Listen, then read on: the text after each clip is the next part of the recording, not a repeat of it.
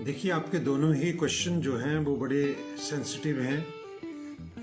IGMC episode जहां एक doctor जो हैं वो पेशेंट के साथ मारपीट कर रहे हैं, और दूसरा क्वेश्चन स्कूल्स में, गवर्नमेंट स्कूल्स में एनुअल डे सेलिब्रेशन। तो चलिए पहले वो वाला लेते हैं जो आपने बाद में क्वेश्चन किया कि हिमाचल प्रदेश में जो एनुअल डे सेलिब्रेशन होता है, और अभी ऊना डिस्ट्रिक्ट में जहां लड़कियों के साथ छेड़खानी हुई या गुंडागर्दी हुई उस संदर्भ में, तो कुछ चीज़ों को हमें स्पष्ट करना पड़ेगा। एक तो ये कि एक बहुत ही अजीब प्रथा जो है वो चल पड़ी है हिमाचल में, जहां एनुअल डे पे जो है वो एमएलए को बुलाया जाता है, और जब तक एमएलए अपना टाइम नहीं देते, किसी भी कारणवश हो सकता है, तब तक स्कूल जो है वो एनुअल डे नहीं करते हैं। परिणाम ये होता है कि एनुअल डे जो है, जो नवंबर में ख़त्म हो जाने चाहिए, वो दिसंबर तक स्ट्रेच हो जाते हैं। और सबसे बड़ी बात ये है कि हम इसे पॉलिटिकल इवेंट बनाते ही क्यों हैं? क्या ये कहीं कोई कोड ऐसा बना हुआ है कि स्कूल्स को जो है वो स्थानीय एमएलए को बुलाना होगा या मिनिस्टर को बुलाना होगा तभी एनुअल डे सेलिब्रेशन होगा? ऐसा तो कुछ नहीं है। और दूसरा ये है कि स्कूल्स के पास एनुअल डे सेलिब्रेशन के लिए हिमाचल प्रदेश में अपना कोई बजट नहीं है। जितने भी एनुअल डे सेलिब्रेशन होता है वो टीचर्स का कंट्रीब्यूशन होता है, एसएमसी मेंबर्स में उनका कंट्रीब्यूशन होता है, या और कोई लोग जो स्कूल को फाइनेंशियल एड देते हैं उनकी तरफ से पैसा आता है। जबकि इसके ठीक विपरीत अगर मैं दिल्ली की बात करूं तो यहाँ दिल्ली सरकार जो है वो हर स्कूल को प्रति बच्चे के हिसाब से 100 रुपया प्रति बच्चा जो है वो एनुअल डे सेलिब्रेशन के लिए कंट्रीब्यूट करती है, और वो स्कूल के फंड में ट्रांसफ़र कर दिया जाता है। उसमें से 40% जो है वो प्राइजेस के लिए होता है, और रिमेनिंग 60% जो है वो डेकोरेशन के लिए होता है, रिफ्रेशमेंट के लिए होता है, या और कोई ऐसी गतिविधियां करनी होती हैं एनुअल डे पे, उनके लिए जो है वो सुरक्षित रखा जाता है। तो इसमें हिमाचल में तो ऐसा कोई बजट ही नहीं है। जब बजट नहीं है तो पॉलिटिकल लीडर को जब हम बुलाते हैं तो उसके साथ 20, 30 या 50 लोग भी पॉलिटिकल पार्टी के लोग आते हैं। Irrespective to political parties, this is applicable to all. जो भी पॉलिटिकल पार्टी स्टेट में है उनको ये आशा रहती है कि उनके एमएलए जो हैं वो इन फंक्शन पे बुलाए जाएं, जबकि हालत ये है कि कोई भी स्कूल के बच्चे किसी भी पॉलिटिशियन को ज़्यादा सुनना नहीं चाहते। तो क्यों नहीं स्कूल को ये लिबर्टी दी जाती कि भविष्य में जो है वो अपने नज़दीक के या राज्य के किसी भी सुप्रसिद्ध साहित्यकार, retired army officer, local BDO, tehsildar, deputy commissioner, SP, या इस तरह के लोग जिन्होंने समाज में एक विशेष स्थान अपनी मेहनत से प्राप्त किया है। मैं ये नहीं कहना चाहता कि एमएलए जो है अपनी मेहनत से नहीं पहुंचे हैं, लेकिन उनकी जो एफिलिएशन होते हैं वो एक पॉलिटिकल पार्टी से रहती है। वो मोटिवेट नहीं कर पाते बच्चों को जैसा मोटिवेशन बच्चों को स्कूल में चाहिए होता है। तो मेरा ये स्पष्ट है कि इसमें एक तो पॉलिटिकल पार्टिसिपेशन ख़त्म कर दिया जाए, और दूसरी जो इम्पोर्टेंट चीज़ ये है कि स्कूल का एनुअल डे किसी भी सूरत में, विंटर्स में क्योंकि जल्दी शाम हो जाती है, हर हाल में 4 बजे तक जो है वो समाप्त हो जाना चाहिए। सुबह 10 बजे आप शुरू करें।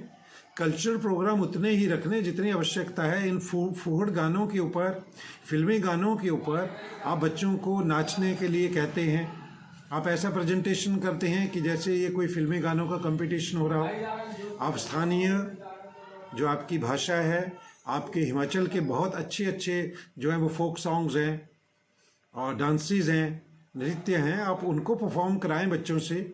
उनको अपने कल्चर के बारे में जानकारी होगी और उनका प्रेजेंटेशन भी अच्छा होगा। और अधिकतम समय जो है वो बच्चों के प्राइज डिस्ट्रीब्यूशन में लगाया जाए। हर बच्चे को जिसको पुरस्कार मिला है उसकी उपलब्धि के बारे में जो है वो वहाँ पे उपस्थित जो लोग हैं, वो पेरेंट्स आए होते हैं, वो पंचायत के रिप्रेजेंटेटिव होते हैं, उनको पता चलना चाहिए कि उनके जो स्कूल है उसमें बच्चों का किस तरह से कंट्रीब्यूशन रहा है। तो पहली तो बात ये स्पष्ट कि पॉलिटिकल पार्टिसिपेशन ख़त्म होना चाहिए। दूसरा कि हर स्कूल को बजट जो है वो सरकार को एलोकेट करना चाहिए एज पर स्ट्रेंथ। 200 बच्चा है, 100 रुपया प्रति बच्चे के हिसाब से 20,000 रुपया आप कंट्रीब्यूट करिए ताकि वो एनुअल डे अच्छी तरह से सेलिब्रेट कर सकें। इन एडिशन अगर टीचर्स कंट्रीब्यूट करते हैं तो इसमें बुराई नहीं है। उनको करने दीजिए, लेकिन पहले तो उसके फाउंडेशन के लिए उनके पास जो है वो होना ही चाहिए। और दूसरा ये कि किसी भी पॉलिटिशियन को ना बुलाया जाए, क्योंकि पॉलिटिकल पार्टिसिपेशन जो है वो एडेड प्रेशर जो है वो प्रिंसिपल और टीचर्स के ऊपर रखता है, क्योंकि अगर वो सेटिस्फाई नहीं है तो साहब सरकार सेटिस्फाई नहीं है, और सेटिस्फाई नहीं है तो आपकी ट्रांसफ़र की तलवार जो है वो आपके सिर के ऊपर लटकती रहेगी। तो जो डेमोक्रेसी वर्ड है उसको हटा दीजिए, स्कूल्स को लिबर्टी दीजिए, ताकि वो नवंबर में ही बिफोर 30th ऑफ नवंबर सारे एनुअल डे जो है वो कंप्लीट हो जाने चाहिए। अब हम दूसरे इशू के ऊपर आते हैं जो IGMC में हुआ। That is the bitter reality of our hospitals everywhere in India. Teachers जो डॉक्टर्स जो हैं उनका जो बिहेवियर होता है पेशेंट के साथ वो बहुत ही इनह्यूमन टाइप का होता है। तू तड़ाक करना तो वो सामान्य बात समझते हैं, उनका ये लगता है कि उनका ये अधिकार है कि आए हुए पेशेंट के साथ वो तू तड़ाक करके बात करें। अगर वो आपको नहीं जानते, now this is what I am telling with my own experience, अगर वो मुझे नहीं जानते हैं कि मैं कौन हूँ तो वो वैसे ही तू तड़ाक से बात करेंगे, लेकिन अगर वो मेरे बारे में जानते हैं तो वो थोड़ा सिविलाइज हो जाएंगे। और इसका भी अगर आपने जीता जागता नमूना देखना है, या किसी भी उस लेडी से जो डिलीवरी के लिए गवर्नमेंट हॉस्पिटल में गई है, तो नर्सिस का बिहेवियर देखें वहाँ पे, वो कितनी गालियाँ निकालती हैं, कितनी एब्यूजिव हैं। और इसके साथ साथ इवन सफाई कर्मचारी, अगर वो पोछा लगा रहे हैं और गलती से आप वहाँ से निकल गए तो समझिए कि अब आपकी गर्दन उड़ने वाली है। वो क्या क्या नहीं सुनाते लोगों को। हॉस्पिटल्स जो हैं वो ऐसी जगह है जहाँ जितने भी लोग गए होते हैं वो परेशान लोग होते हैं, वो बीमारी से परेशान है। उनका अपना कोई, उनका बेटा हो सकता है, भाई हो सकता है, पति हो सकता है, पत्नी हो सकती है, कोई भी हो सकता है। वो लोग परेशानी में हॉस्पिटल गए होते हैं और सरकार बहुत अच्छी और बहुत मोटी सैलरी जो है वो डॉक्टर्स को इस टाइम दे रही है। फिर ऐसी समस्या ही क्यों उपस्थित होती है? मैं मानता हूँ कि कोई पेशेंट जो है वो एग्रेसिव हो सकता है, उसको दर्द हो रही है, वो परेशान है, उसको अटेंड नहीं कर पा रहे, लेकिन अगर कोई भी डॉक्टर अगर इस तरह से जाता है कि कोई बात नहीं, आप चिंता ना करें, आप उसके शोल्डर के ऊपर हाथ, कोई डॉक्टर रखता है कि मैं हूँ ना, मैं आपको देखूंगा, आप थोड़ा सा वेट करिए, देखिए कि पेशेंट का बिहेवियर चेंज हो जाएगा, देखिए कि जो अटेंडेंट साथ में आए उनका बिहेवियर चेंज हो जाएगा। लेकिन आप तो उनके साथ ऐसे बिहेव करते हैं कि जैसे आप किसी पुलिस स्टेशन के जो हैं वो SHO हैं, थानेदार हैं, और जो पेशेंट वहाँ पे आए हैं उनके अटेंडेंट जो आए हैं वो क्रिमिनल्स हैं। नहीं साहब, आपने अगर अच्छी एजुकेशन एक्वायर की है, आप डॉक्टर बने हैं खूब स्टडी करने के बाद, तो आप वो रिफ्लेक्ट भी होना चाहिए। अभी मैं देख रहा था कि उन डॉक्टर की मदर जो है वो कह रही थी कि भाई दोनों को चपेट लगानी चाहिए थी, दोनों को समझा देना चाहिए था। नहीं, इतनी एज इनकी है, वो डॉक्टर बन चुके हैं और 28 और 30 साल की एज के लोग हैं। क्या उनको ज़रूरत है कि उनको चपेट लगाई जाए? क्या उनको अपनी रिस्पॉन्सिबिलिटी का पता नहीं है?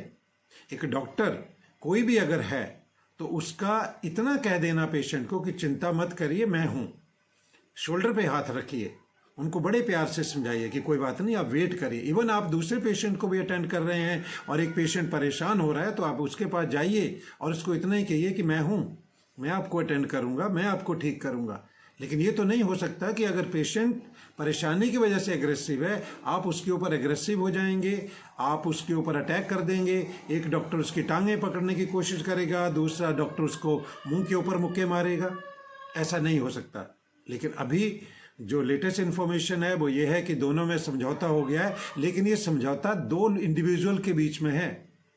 इंस्टीट्यूशन लेवल पे, हॉस्पिटल लेवल पे जितने भी CMO हैं या उनके जो है वो प्रिंसिपल्स हैं या हेड ऑफ द इंस्टीट्यूशन है, उनको इस चीज़ को प्रायोरिटी पे अटेंड करना पड़ेगा।